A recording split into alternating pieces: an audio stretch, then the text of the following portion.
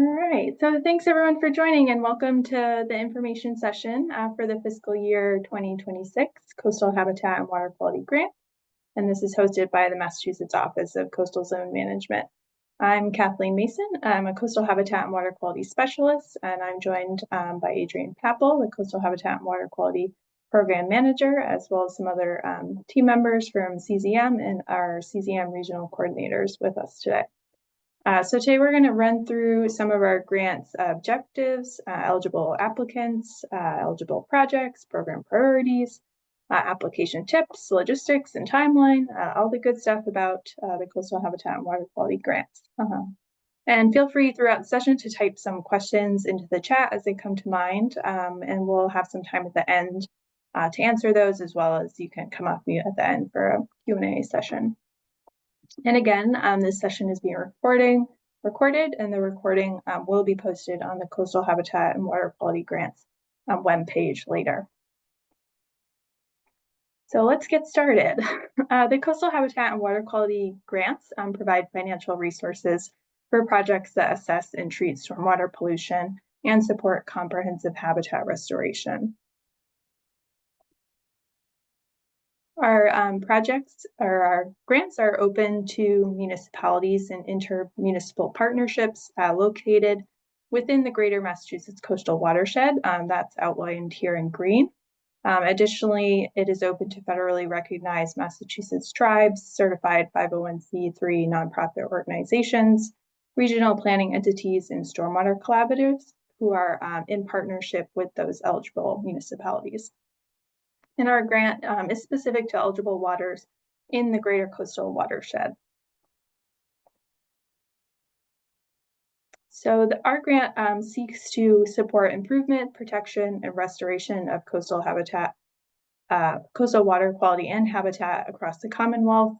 And within this program, we seek to do a number of different things, including the remediation of impaired water bodies, including those on the Mass Integrated List of Waters, improvement and protection of water quality to support critical ecosystems such as diatomeous fish runs, estuaries, salt marshes, and eelgrass beds, the implementation of green stormwater infrastructure, all to manage and treat sources of non-point source pollution.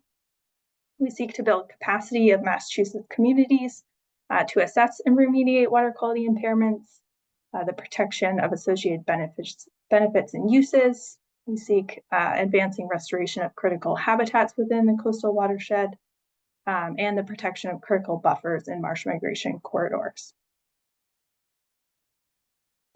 Within our grant this year, we have 6 main eligible project categories, and any one project may include one or more of these categories within their project scope. And so these are listed here, and I'll just read them off.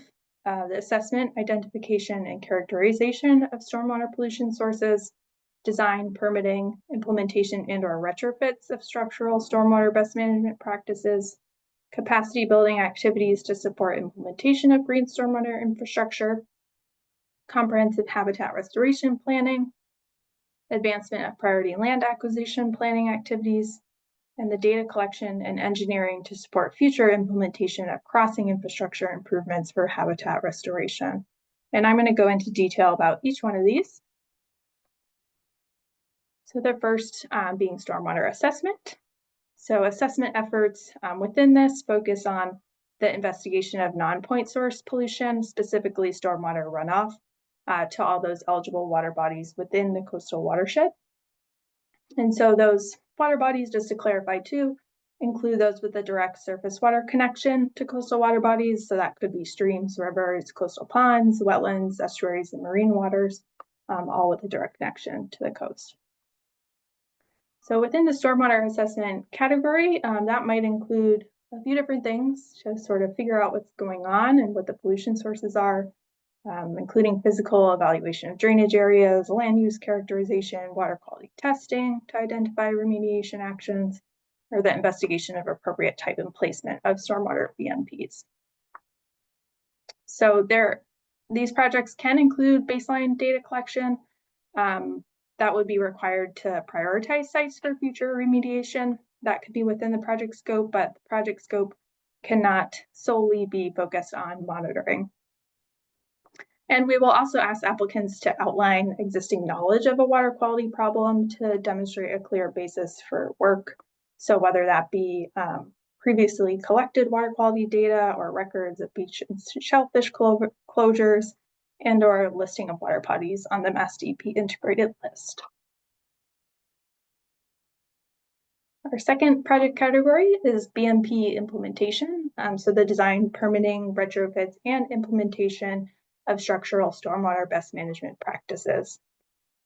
We seek to impair water quality in receiving waters and increase the ability of existing infrastructure to improve or protect water quality, remediate contaminants of concern, and support resiliency over the design life of a structure. So this category is open to both the new BMPs and retrofits of existing BMPs. And within this category, we do require a development of an operations and maintenance plan. And these projects must be located on municipal land or have an access easement in hand. Third category is focused on capacity building activities to support the implementation of green stormwater infrastructure. So we seek to build capacity in our municipalities to promote the future implementation of green stormwater infrastructure and also to ensure the long-term maintenance and function of these systems. So projects might include the development, amendment, or implementation of local stormwater bylaws, green infrastructure operation and maintenance trainings for municipal staff for the eventual implementation of green stormwater infrastructure, development of guidance documents or case studies to promote further implementation, development of publicly available online tools to support sort of the assessment, planning, design, implementation, and operation and maintenance activities as well.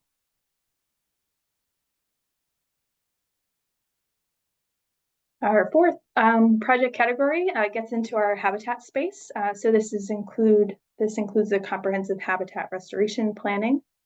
So we look for applicants to comprehensively evaluate and assess existing conditions, including stressors to habitats within the area of interest that you would define in your project. And so that assessment and evaluation of existing conditions could include looking at land use, watershed characteristics, stormwater inputs or infrastructure, recreational use, could cite or analyze historical monitoring data, consider historical and cultural knowledge, evaluate socioeconomic parameters such as community use or perception of the resource.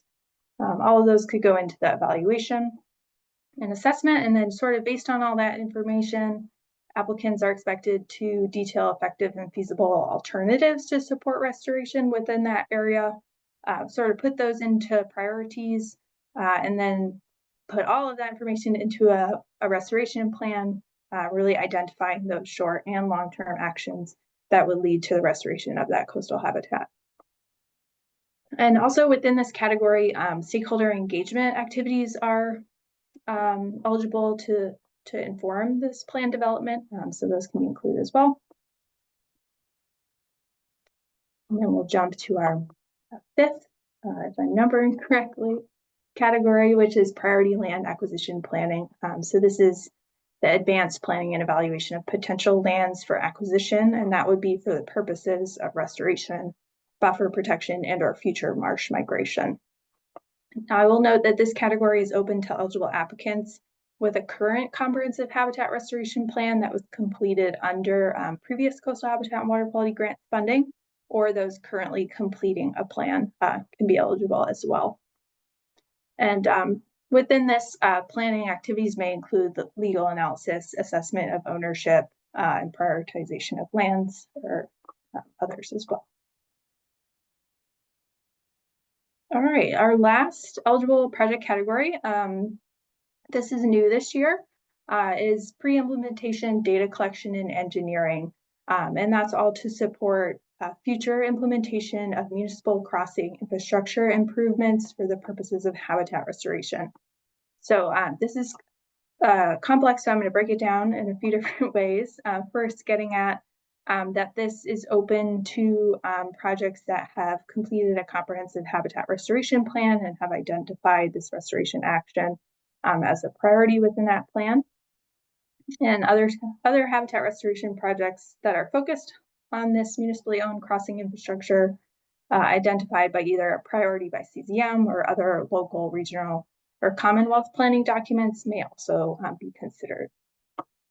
And then within this category, supported activities, again, must directly relate to a future improvement and or retrofit of municipally owned crossing infrastructure to achieve habitat restoration goals. And to detail what we mean by crossing infrastructure, that is municipal infrastructure that crosses a river, stream, or tidal creek, such as a culvert or bridge, and the crossing must be causing a habitat or flow impairment in a location that is currently tidal, will be tidal in the future, or is a freshwater crossing in a current or former Diogenes fish run. So within this, those sort of activities to address this may include baseline monitoring required to advance a future habitat restoration activity, such as water levels, flow, resource area surveys, the development of a monitoring, maintenance, and or adaptive management plan. It might include modeling, feasibility, alternatives analysis, conceptual and preliminary designs, and public meetings can be an activity as well. So those were the 6 eligible project categories, and then sort of within all of those, and again, a project may include 1 or more of those categories. We look for a few different things. So one of which is public education, outreach, and engagement. And so competitive applications should describe the community participation and engagement to be included within a project or which was previously completed to inform the proposed project. So we hope for applications to describe those activities and all of which that was done to increase participatory decision making. And again, this is sort of should be a component of your project and not the entire sole focus of the project, but should be included. The next thing we look for is a description of community benefits. So applicants will be evaluated on meaningful engagement and environmental justice. So applicants should describe or provide a characterization sort of the community in which the project that you're doing is located, whether the site is located in an environmental justice population or a vulnerable population. So characterize that.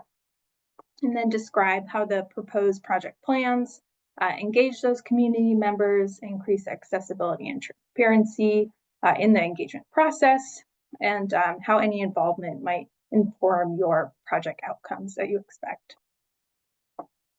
And so I will note that in our RFR that will come out, we define meaningful engagement and also include lots of links to resources about meaningful engagement tips and potential benefits that your project might be providing to an environmental justice or vulnerable community.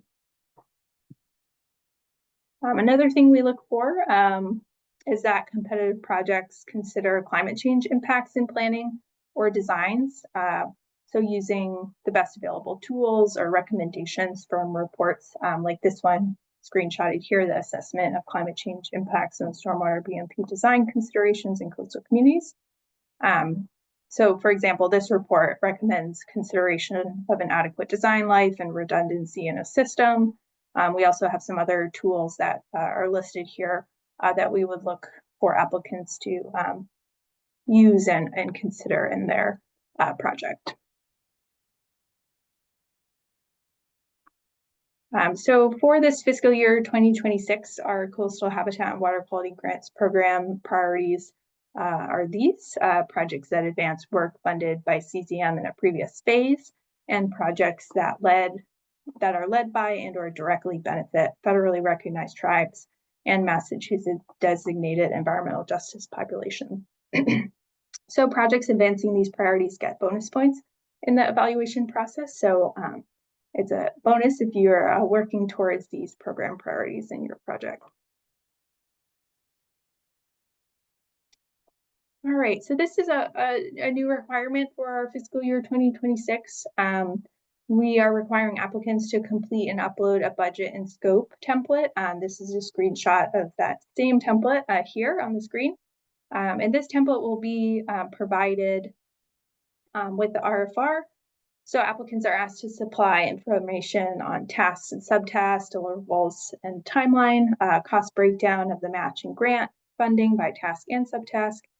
And then also if there's any additional information such as hourly rate or salaries, estimate of probable cause, etc., that might apply to your project, there's space within the template to upload that information, and there is space within the application process to upload that. I wanted to list some, tips for strong applications, especially noting following our application guidance that is provided in the RFR. So we suggest that you read the entire RFR, follow the application guidance when preparing your questions, materials, and answers. And some of that guidance will, tell you to clearly state detail and provide your measurable goals and provide a logical steps from problem definition to solution, among some of these other here. I also want to note that you can connect with CZM staff prior to the release of the RFR to receive feedback and chat about your project. And also that our RFR discusses sort of what the review team will use as criteria for the evaluation. And then some more information about each application question is available in the application guide. I've provided here a few of our ineligible activities. This is noted in a section within our RFR, but I've also summarized some of these here. So ineligible activities include, but are not limited to, as this list is a summary of those, but it includes remediation of non-stormwater discharges, implementation projects constructed on non-public lands that don't have an access easement, development of studies such as long-term monitoring programs or redundant tools and models, projects solely focused on erosion, flooding, or coastal shoreline protection, projects that advance restoration actions that are not focused on remediation or retrofits to publicly owned crossing infrastructure, and project elements that are inconsistent with any state, local, federal regulations and policies. And again, there are further detailed in the RFR. I also wanted to flag and note about our CZM grant viewer.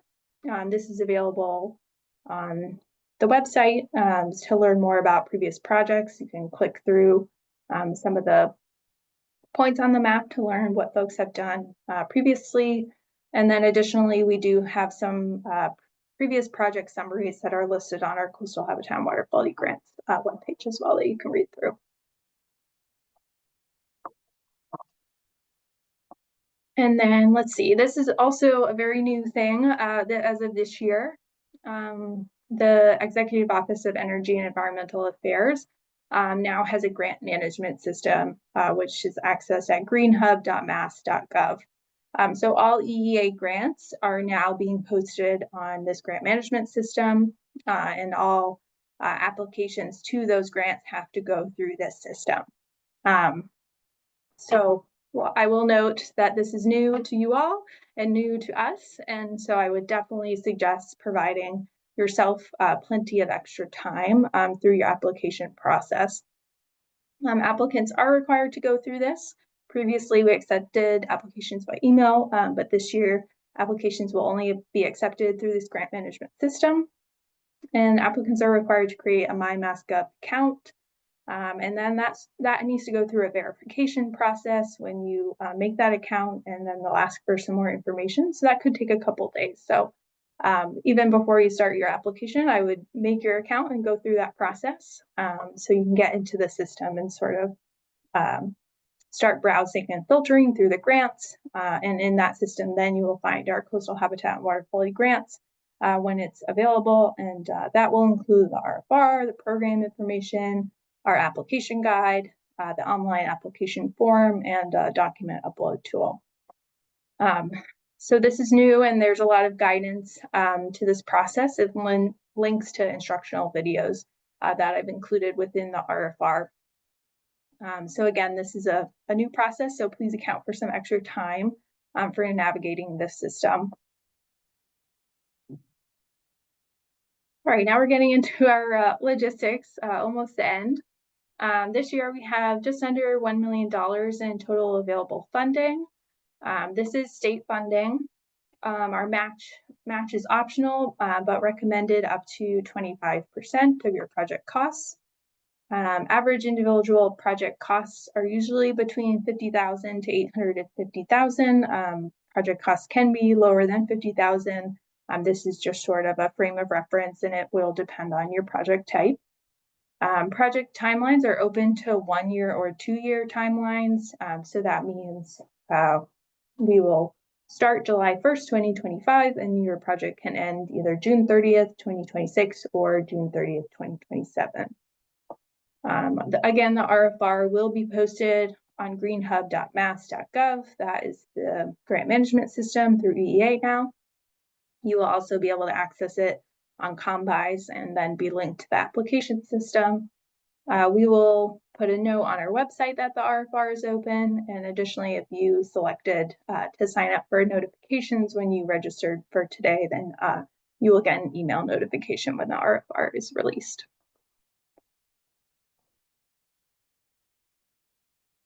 So we expect the RFR to be released in the spring of this year. We have a question and answer period that goes for about 2 weeks, where you can submit questions, and then those answers to those get posted on Combise as well.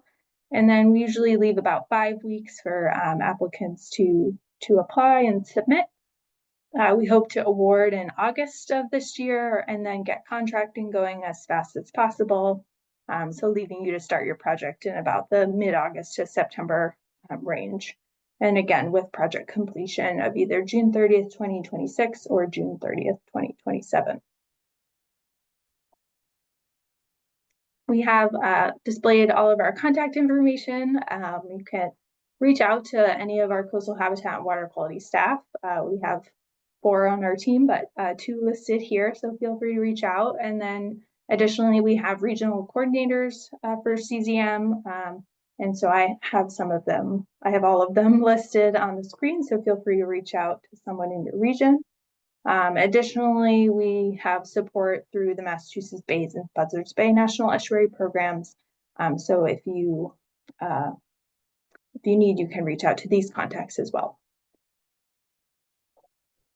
Okay, I'm going to stop sharing. I want to welcome our